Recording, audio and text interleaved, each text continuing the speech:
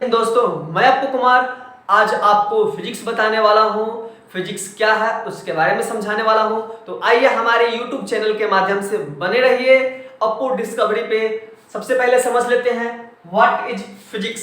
Physics क्या है? तो अगर हम विज्ञान के तौर पे, वैज्ञानिक के तौर पे देखे समझे तो विज्ञान क्या कहती है और वैज्ञानिक क्या कहती है, उसके अनुसार से the scientific study of natural forces as such as light, sound, heat, gravity, friction, electricity, pressure etc. ये सब क्या है? फिजिक्स है।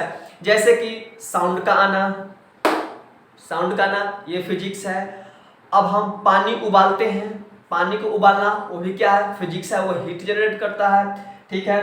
ग्रेविटी, हम चल रहे हैं तो हमारे ऊपर कौन सा फोर्स का इस्तेमाल हो रहा है? ग्रेविटेशनल फोर्स का इस्तेमाल होता है, वो भी क्या है? फिजिक्स है। ठीक है। आसमान में बिजली कड़कना वो भी क्या है? फिजिक्स है। हवाओं का चलना ये भी क्या है? फिजिक्स है। ठीक है ना। ये सब फिजिक्स से ही जुड़ा हुआ है। तो प्रकृति में जो भी परिघटनाएं होती है, प्रकृति में जो भी परिघटनाएं होती है वो सब फिजिक्स कहलाती है। वो सब क्या कहलाती है? फिजिक्स कहलाती है। ठीक है दोस्तों, तो अब फिजिक्स के बारे में समझ गए हैं। जैसे इलेक्ट्रिसिटी है तो आसमान में जो बिजली लंबी लंबी कड़कती है, साउंड क्रिएट करती है। हम लोग बचपन में कहते हैं कि देखो आसमान में, जो आसमान हमको फोटो खींच लिया, वैसा कुछ नहीं था। वो सब बिजली चमकती थी, हमारा कोई फोटो नहीं खींचा जाता था। हम लोग बचपन में हमारे मम्मी हुआ चाहे पापा सब डराने के लिए, आपको धमकाने के लिए कि आप बरसात में बाहर नहीं निकले, इसके लिए वो सब कहते थे कि देखो आसमान से भगवान फोटो खींच रहे हैं, लेकिन ऐसा कुछ था नहीं। इलेक्ट्रिसिटी है, जो आसमान में बिजली कड़कती है वो है। बादलों का बारिश करना ये सब फिजिक्स है। सिंपल। अब देखिए अब बारिश कैसे हो जाती है। तो आज हमारे प्राकृतिक में जैसे हम खाना पकाते हैं, उसमें का जो भी वाष्प है उड़ के जाता है तो आसमान में बादल का निर्माण करता है। धूप निकलता है तो पानी को सोखता है तो उसको भी वाष्प बना के आसमान में उड़ा करके जाता है और वो बादल का निर्माण करता है। बाद में समय के अनुसार से वो बादल फिर पृथ्वी और पानी को बरसाता है। तो हम लोग कहते हैं कि बरसात हो रहा है। सिंपल सी बात है। देख लीजिए, तो हमने अभी देखा है यहाँ पे फिजिक्स।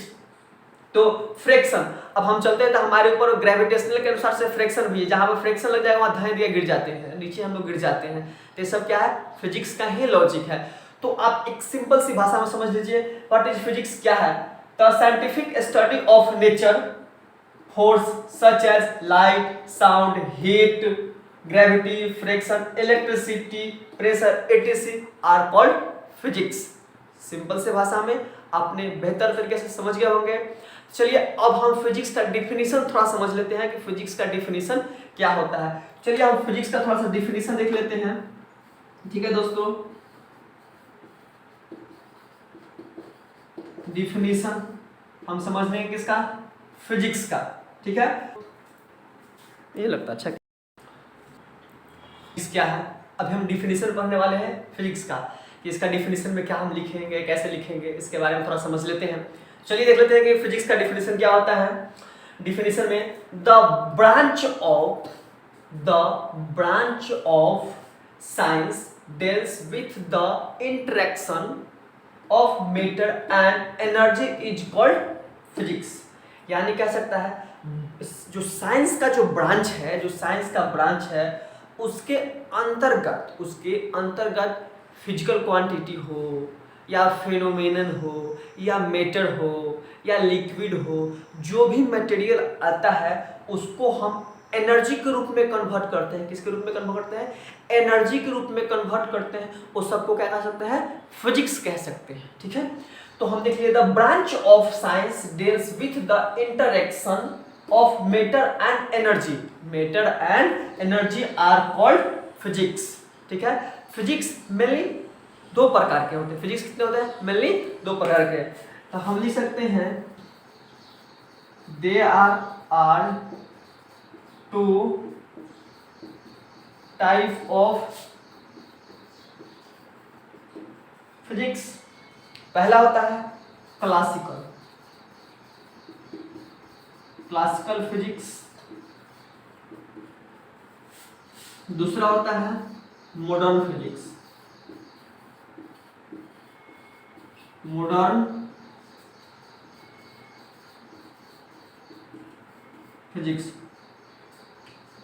ठीक है, तो मेनली दो ही प्रकार का होता है। ठीक है, एक क्लासिकल फिजिक्स, एक मॉडर्न फिजिक्स। नेक्स्ट वीडियो में आपको ढेर सारे बताऊंगा, यूनिट एंड डायमेंशन शुरू करूंगा।